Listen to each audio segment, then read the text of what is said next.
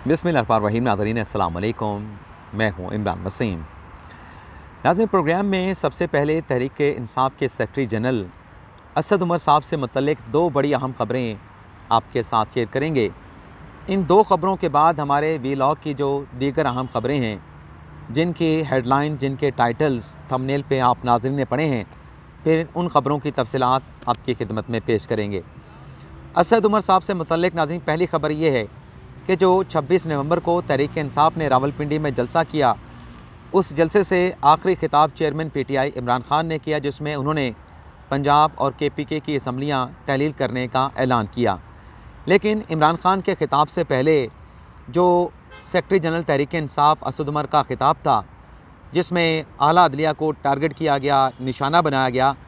आज नाज़रीन Lahore high court Rawalpindi bench में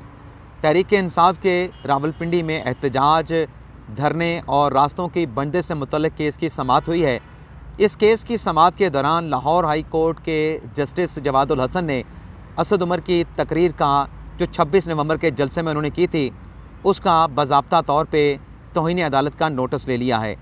आज जब अदालती कार्रवाई का आगाज़ हुआ तो तहरीक इंसाफ के धरनों, एहतजाज और रास्तों की बंदिश से मुतल्लिक जो रावलपिंडी की इंतज़ामिया थी, वो अदालत के सामने पेश हुई। तहरीक इंसाफ की तरफ से फैसल चौधरी साहब अदालत के सामने पेश हुए, लेकिन जज साहब की जानब से ये कहा गया कि सबसे पहले अदालत जो है, जो 26 नवंबर को तहरीक इंसाफ का रावलपिंडी में जलसा हुआ है, उस जलसे में जो असद उमर की तकरीर है, जिसमें मुबैना तौर पे अदालत की कंटेम्प्ट की गई है, अदालत को स्कैंडलाइज़ किया गया है, अदालत की तौहीन की गई है, इस तरह की तकरीर का हम सबसे पहले जायज़ा लेंगे। तो 7 दिसंबर का नोटिस अदालत ने जारी कर दिया है असद उमर को ज़ाती हैसियत में पेश होने का, और इसके साथ साथ जो 26 नवंबर की असद उमर की तकरीर है, उसका ट्रांसक्रिप्ट भी अदालत की जानिब से तलब कर लिया गया है। तो इस खबर को असद उमर साहब के लिए एक बुरी खबर कहा जा सकता है कि जो उन्होंने तकरीर की 26 नवंबर को, उस तकरीर पर अब बाकायदा तौर पर तौहीन अदालत की कार्रवाई जो है वो लाहौर हाई कोर्ट में इनिशिएट होने जा रही है। दूसरी खबर भी तौहीन इलेक्शन कमीशन से मुतल्लिक है। आप नाज़रीन ये जानते हैं कि इलेक्शन कमीशन के ख़िलाफ़ मुतनाज़ा बयानात देने पर इलेक्शन कमीशन की तरफ से इमरान खान को, फवाद चौधरी को और असद उमर को तौहीन इलेक्शन कमीशन के शोकास नोटिस जारी किए गए थे। लेकिन उन शोकास नोटिस को तीनों पीटीआई के रहनुमाओं की तरफ से, यानी इमरान खान, असद उमर और फवाद चौधरी की जानिब से सिंध हाई कोर्ट और लाहौर हाई कोर्ट में चैलेंज करके वहाँ से हुक्म इम्तना हासिल किए गए थे। लेकिन इलेक्शन कमीशन ने सिंध हाई कोर्ट और लाहौर हाई कोर्ट के ये जो स्टे ऑर्डर्स थे, उन्हें सुप्रीम कोर्ट में चैलेंज किया था। तो पहली समाअत पर इलेक्शन कमीशन की अपील पर सुप्रीम कोर्ट ने फवाद चौधरी को, असद उमर को और इमरान खान को नोटिस जारी करके उनसे जवाब मांगा था। और कल सुप्रीम कोर्ट का 3 रुकनी बेंच, जिसकी सरबराही चीफ जस्टिस उमरता बंदयाल साहब खुद कर रहे हैं, इस अपील पर समाअत होना है। और कल की समाअत से एक रोज़ पहले असद उमर साहब ने इस केस में अपना तहरीरी जवाब जो है वो अदालत उज़्मा में दाखिल करवा दिया है। इस जवाब में नाज़रीन असद उमर साहब ने यह कहा है कि जो आइन का आर्टिकल 204 है वो बड़ा वाज़ेह है, और इस आर्टिकल के तहत जो तौहीन अदालत की कार्रवाई का अख्तियार है वो या तो सुप्रीम कोर्ट को दिया गया है, या फिर जो 5 हाई कोर्ट्स हैं पाकिस्तान की, वो आइन के आर्टिकल 204 के तहत जो है वो तौहीन अदालत की कार्रवाई इनिशिएट कर सकती हैं। असद उमर अपने जवाब में कहते हैं कि इलेक्शन कमीशन कोई अदालत नहीं है, और जो इलेक्शन एक्ट का सेक्शन 10 है, जिसके तहत ये तौहीन अदालत की कार्रवाई और शोकास नोटिस जारी किए गए हैं, ये इलेक्शन एक्ट का सेक्शन 10 जो है ये आइन से मुतसादम है, ये आइन के बरखिलाफ़ है। तो इस जवाब में असद उमर ने अदालत से इस्तदा ये की है कि एक तो जो शोकास नोटिस जारी किए गए हैं इलेक्शन कमीशन की तरफ से, उन्हें कलअदम करार दिया जाए, और जो इलेक्शन एक्ट का सेक्शन 10 है, जो कि अल्ट्रा वायरीज़ है, जो कि आइन से मुतसादम है, उसको भी सेट असाइड किया जाए। तो ये 2 ख़बरें हैं असद उमर साहब से मुतल्लिक, जिनकी तफसीलात आपके साथ हमने शेयर की। अब जो हमारे वीलॉग की जो दीगर अहम ख़बरें हैं, उनकी तफसीलात भी आपकी खिदमत में पेश करते हैं। अच्छा नाज़रीन, एक और बात याद आई कि जो सुप्रीम कोर्ट में असद उमर का मुकदमा है, उसमें उन्होंने तो आज अपना जवाब जमा करवा दिया, लेकिन इमरान खान और फवाद चौधरी का इस केस में जवाब जमा होना अभी बाकी है। अब हमारी जो पहली ख़बर है, पंजाब कैसे लावारिस हुआ है। पंजाब नाज़रीन ऐसे लावारिस हुआ है कि जो पंजाब के चीफ सेक्रेटरी हैं कामरान अली अफजल साहब, उन्होंने एक मरतबा फिर चौधरी परवेज़ इलाही के साथ काम करने से इनकार कर दिया है। चीफ सेक्रेटरी कामरान अली अफजल ने एक नई दरख्वास्त छुट्टी की रुख्सत की पंजाब हुकूमत को दी है, जिसमें ये कहा गया है कि वो ऑस्ट्रेलिया जाना चाहते हैं और उन्हें 130 दिन की रुख्सत दी जाए, यानी 130 दिन की छुट्टी की दरख्वास्त जो है चीफ सेक्रेटरी ने आज पंजाब हुकूमत को दी है। और उसमें यह कहा गया है कि उन्हें एक्स पाकिस्तान लीव चाहिए और वो ऑस्ट्रेलिया जाना चाहते हैं।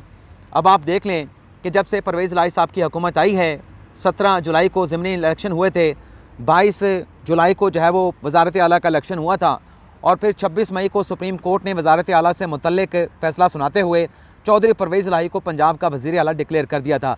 तो उसके बाद से लेके यानी जुलाई के आखिर से लेके आज तक जो है वो चीफ सेक्रेटरी जो पंजाब हैं कामरान अली अफजल साहब, वो छुट्टी पे छुट्टी ले जा रहे हैं और वो पंजाब हुकूमत के साथ काम करने के लिए तैयार नहीं हैं। अगली खबर नाज़रीन नवाज़ शरीफ की वापसी से मुतल्लिक है। वैसे तो पिछले दिसंबर से नवाज़ शरीफ की वापसी की खबरें आ रही हैं, लेकिन नवाज़ शरीफ की वापसी कब होनी है इस हवाले से हतमी तौर पे आज जो खबर हम आपके पास लेके आए हैं उस खबर से भी वाज़ेह नहीं होता कि नवाज़ शरीफ की पाकिस्तान वापसी कब होगी। लेकिन ये भी एक बड़ी अहम खबर है नवाज़ शरीफ की वापसी के हवाले से। खालिद फ़ारूकी साहब हैं, रिपोर्टर हैं, सहाफ़ी हैं, इन्होंने ये खबर दी है और उनका ये कहना है कि उनके काबिल एतमाद ज़राए का ये कहना है कि नवाज़ शरीफ की पाकिस्तान वापसी का जो प्रोग्राम है वो तय हो चुका है। और अगर इमरान खान ने पंजाब और KPK की असम्बलियाँ तहलील कर दी और फिर 90 रोज़ के बाद पंजाब में इलेक्शन होना है पंजाब असम्बली का, तो अगर ये डेवलपमेंट हो जाती है तो नवाज़ शरीफ फ़ौरी तौर पे पाकिस्तान वापस आएंगे और पाकिस्तान वापस आके जो पंजाब में जो इलेक्शन कैंपेन होगी मुस्तफ़ा नवाज़ की उसको नवाज़ शरीफ खुद रन करेंगे। और इस सिलसिले में खालिद फ़ारूकी साहब ने अपनी खबर में ये भी बताया है कि इस सिलसिले में जो वकला हैं उनके साथ भी मुशावरत जो है मुकम्मल कर ली गई है। जैसे ही नवाज़ शरीफ पाकिस्तान वापसी का फ़ैसला करेंगे तो उनके ज़मानत के लिए, हिफाजती ज़मानत के लिए मुतलका हाई कोर्ट से या मुतलका अदालतों से जो है वो रुजू किया जाएगा। वैसे आप नाज़रीन को ये भी बता दें कि जो एवल फील्ड का मुकदमा है जिसमें नवाज़ शरीफ को 10 साल की सज़ा सुनाई गई थी, मरियम नवाज़ और कैप्टन सफदर की बरियत के फ़ैसले के ख़िलाफ़ वो केस नवाज़ शरीफ के ख़िलाफ़ भी कमज़ोर पड़ चुका है। उस केस में नवाज़ शरीफ आके उस केस को रिस्टोर करने की दरख्वास्त देंगे और फिर वही फ़ैसला इस्लामाबाद हाई कोर्ट का अदालत के सामने रखा जाएगा कि मेरे ख़िलाफ़ ये केस बनता नहीं है, अदालत पहले करार दे चुकी है, तो इस केस में नवाज़ शरीफ जो है वो बरियत की अपनी इस्तदा करेंगे। लेकिन जो दूसरा रेफरेंस है अल अज़ीज़िया का, उसमें भी नवाज़ शरीफ को ग़ालिबन 7 साल की सज़ा सुनाई गई थी, लेकिन उसमें भी उस अपील को रेस्टोरेशन की दरख्वास्त जो है वो नवाज़ शरीफ को इस्लामाबाद हाई कोर्ट को देना पड़ेगी। इसी तरीके से नाज़रीन फवाद चौधरी साहब ने क्या इल्ज़ामात लगाए थे और जज साहब ने कैसे और किसको क्लीन चिट दी है, इसकी खबर नाज़रीन ये है कि चंद रोज़ पहले फवाद चौधरी साहब ने एक ट्वीट किया था। उस ट्वीट में नाज़रीन फवाद चौधरी साहब ने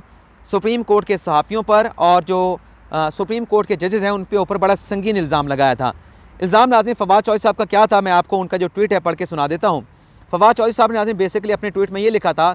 कि दिस इज़, मैं उसका तर्जमा आपको बता देता हूँ कि ये बड़ा तबाहकुन है कि जजेस के साथ सुप्रीम कोर्ट के जजेस जो है वो मुलाकात करते हैं और ये जो बुरी ट्रेडिशन है, गलत ट्रेडिशन है, इसका आगाज़ जो है साबिक़ चीफ जस्टिस इफ्तिखार मोहम्मद चौधरी के दौर से हुआ था। और फिर यहाँ पे इसी ट्वीट में फवाद चौधरी साहब ये कहते हैं कि साबिक़ चीफ जस्टिस इफ्तिखार मोहम्मद चौधरी के दौर से चली आ रही इस रवायत का अब इख्तिताम होना चाहिए। ये नहीं हो सकता कि जजेस जो हैं वो सहाफ़ियों के साथ मिल के अपनी लॉबिंग करें। तो ये फवाद चौधरी साहब का ट्वीट है जिसमें सुप्रीम कोर्ट के जजेस पे भी इल्ज़ाम लगाया, सहाफ़ियों पे भी इल्ज़ाम लगाया। लेकिन अब इस इल्ज़ाम के ऊपर सुप्रीम कोर्ट के जजेस ने सहाफ़ियों को कैसे क्लीन चिट दी है। नाज़रीन जुमे के रोज़ जो इमरान खान के ख़िलाफ़ तौहीन अदालत की दरख्वास्त पर, जो कि वज़ारत दाखिला की दरख्वास्त है, उस पर समाअत हुई तो उस रोज़ अदालती कार्रवाई के अख्ताम पर चीफ साहब ने कुछ रिमार्क्स दिए।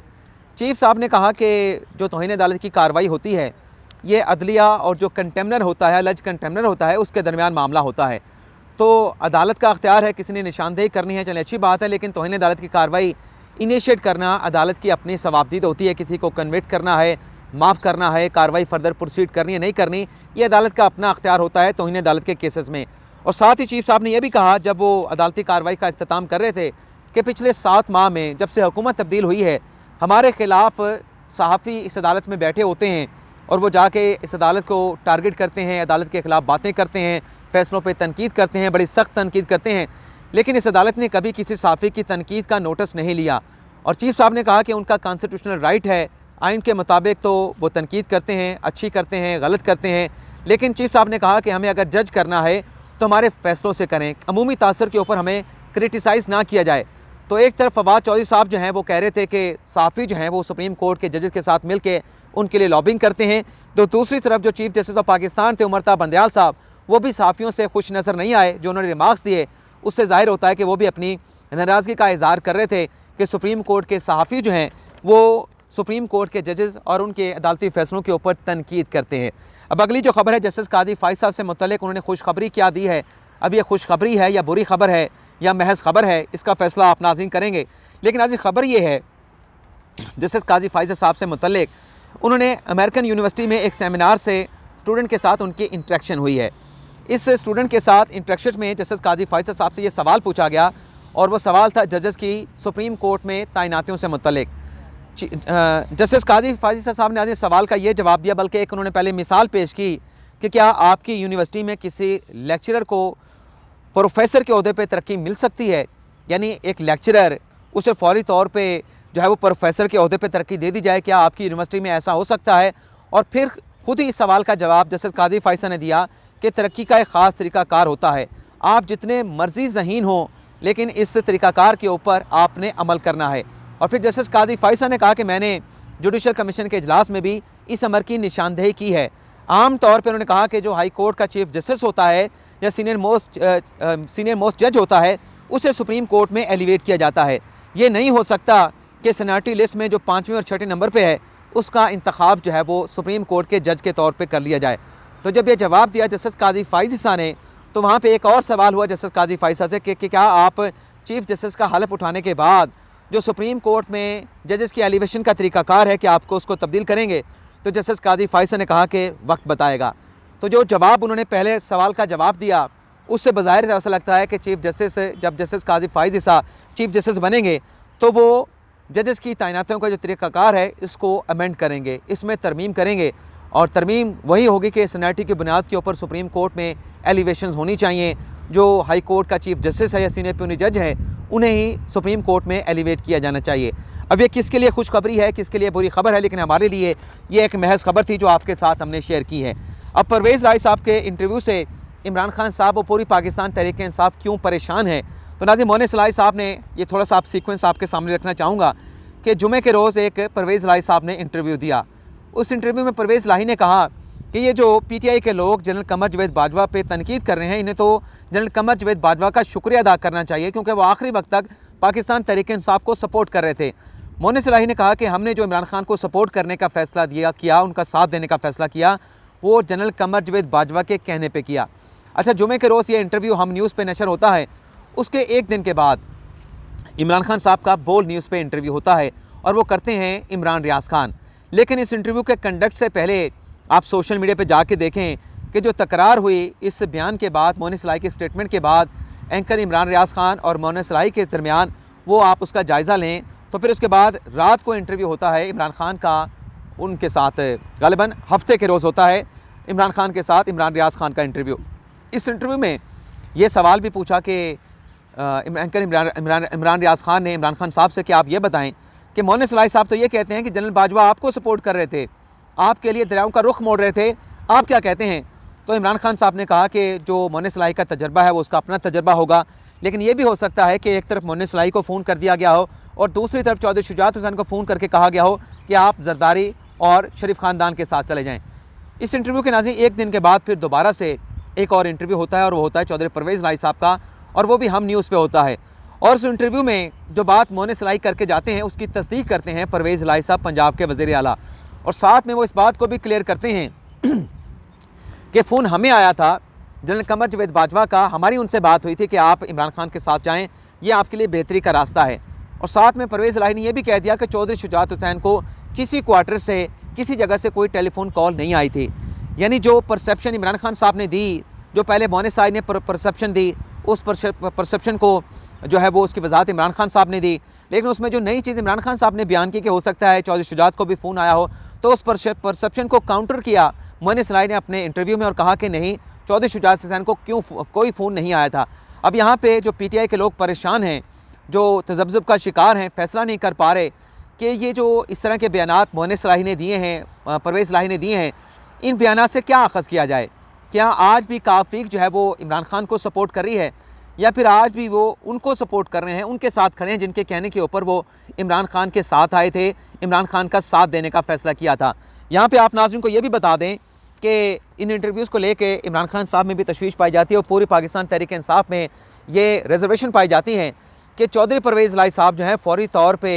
जो पंजाब असम्बली है इसलिए तहलील नहीं करना चाहते। कल के इंटरव्यू में परवेज़ इलाही साहब ने कहा कि मैंने खान साहब को अख्तियार तो दे दिया, लेकिन मेरा उनसे कहना है कि मार्च तक आप सब्र करें, मार्च तक जो है इलेक्शन रिफॉर्म्स हो जाएं और इलेक्शन कमीशन जो चीफ इलेक्शन कमीशन है उनका कोई भी फैसला हो जाए, उसके बाद हमें इलेक्शन में जाना चाहिए। तो तहरीक इंसाफ को बशमूल उनके कप्तान, उनके चेयरमैन को यह तशवीश है कि ये इसलिए ताख़ीर करना चाहते हैं ताकि जो मंडी बहाउद्दीन है, जो गुजरात है, जो सियालकोट है, वहाँ पे इतने ज़्यादा काम करवा दिए जाएँ, अपनी पार्टी को ऊपर उठा दिया जाए कि आइंदा जब भी पंजाब का इलेक्शन हो तो सीट एडजस्टमेंट की मद में कोई 25 से 30 सीटें जो है वो पाकिस्तान तहरीक इंसाफ को जो है वो कहीं काफ लीग को देनी न पड़ जाएँ। कहीं काफ लीग सीट एडजस्टमेंट की मद में तहरीक इंसाफ से इन शहरों के अंदर मंडी बहाउद्दीन, गुजरात और सियालकोट में 20 से 25 सीटों के ऊपर जो है सीट एडजस्टमेंट ना मांग ले। तो ये तशवीश भी पाकिस्तान तहरीक इंसाफ में पाई जाती है और ये भी तशवीश है कि मोनिस इलाही दरअसल और चौधरी परवेज़ इलाही दरअसल है किसके साथ। इजाज़त चाहते हैं, अल्लाह हाफ़िज़।